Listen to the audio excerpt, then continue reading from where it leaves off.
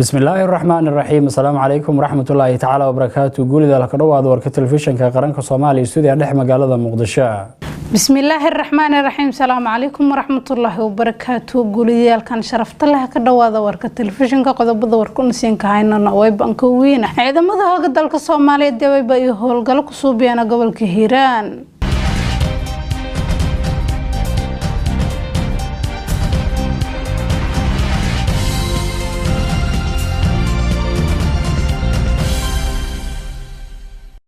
ciidamada hooga dalka ururka afartii koowaad guutada shanaad qaybta 27aad ee howlgal qorsheysan ku fuliyana degmada Buuliburti deegaanada hooskooda wayba iyo ku burburiyana fadhiisamay ciidamada maleeshiyaadka al-shabaab iyo kalahaayeen meelasay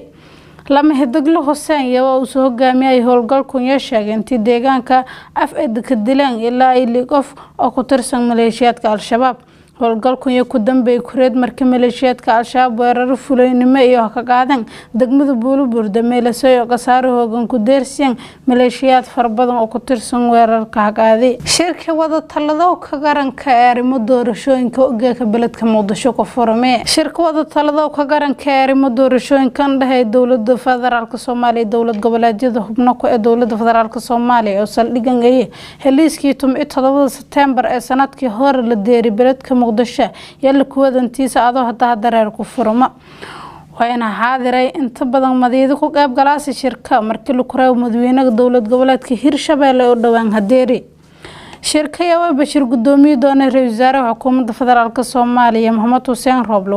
wayna si shirku ku dhiyay afasiyooni oo email ku dhiyayaan kulamada ka dambeeyay ee ku aransaday doorashooyinka dalka qorshooyin ka hormaray walbarashada deegaanadaas galmudug iyo geeka ku dareerana beledka gaalkacya gudoomiyaha maxkamadda gobolka mudug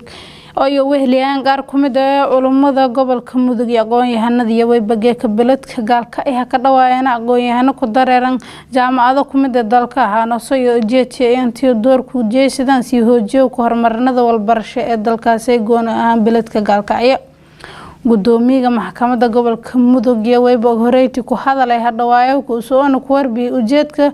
iskooyo ku aqoon-yahanada hadeer beledka gaalkacya soo tilmaamantiyo ay sidii door muuqad iyo ku qaadan lahaayeen horumaryo ku walbarashada dardargeliyo ku horumaryo ku walbarashada iyo ay basuwiin ku dareemay sanadooda in ka dambeeyay beledka gaalkacya xarunta gobolka mudug muwaadin Soomaaliyeed iyo ay balhadilay dalkaas Koonfur Afrika kooxo buraad ee Koonfur Afrikaan iyo ay gudo dalkaas ka dileena muwaadin Soomaaliyeed oo kumid tahay dadka ganacsada ee dalkaas kooxii dalka jeesati oo goobta ku basaday muwaadinku Soomaaliyeed iyo ay magaashay la ka gaabay Abdagaadir iyo ay basada la sheegay kooxda buraadka way dhowr habad iyo ku dhaweena qeybo sare ee korshay xilligiisu ka sugnaa deegaanka Durbiin ee hooseeda beledka Cape Town ee Koonfur Afrika kumid ah dadka Soomaaliyeed ee kanal dalkaas Koonfur Afrika sheegantay kooxo buraad badeedkii hore aan sii gaadeen alaabtii marhuunkan yaala goobtiis ganacsishay ciidanka booliska Koonfur Afrika way baadilkoon ku reedsadana meel ka dili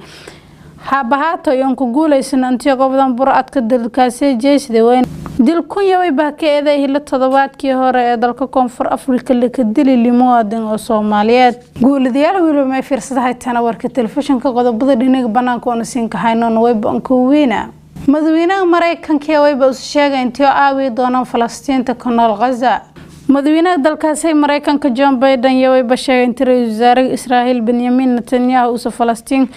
takasugan Gaza iyo ayin inta la ixtiraam isla markaas ay lanfooda intii gargaar bini'aadam la deersay Gaza taasoo qayb ka ah liiskii habatroojinta la deeray ururka Hamas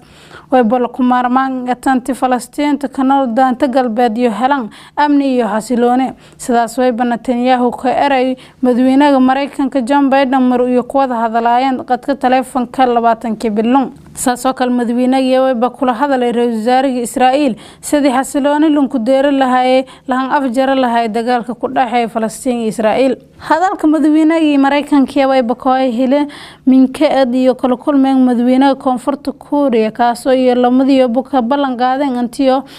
isku kaalada doonaan halunku deerowka dagaalka ku dareer Gaza guulidayaal way bantaa gabagabeena warka telefishinka warkan aan wasaare Suleymaan Sinjeed asista ee kulanto damsidaas. Assalaamu calaykum waraxmatullaahi wabarakaatuh. kulanto faylo haysan.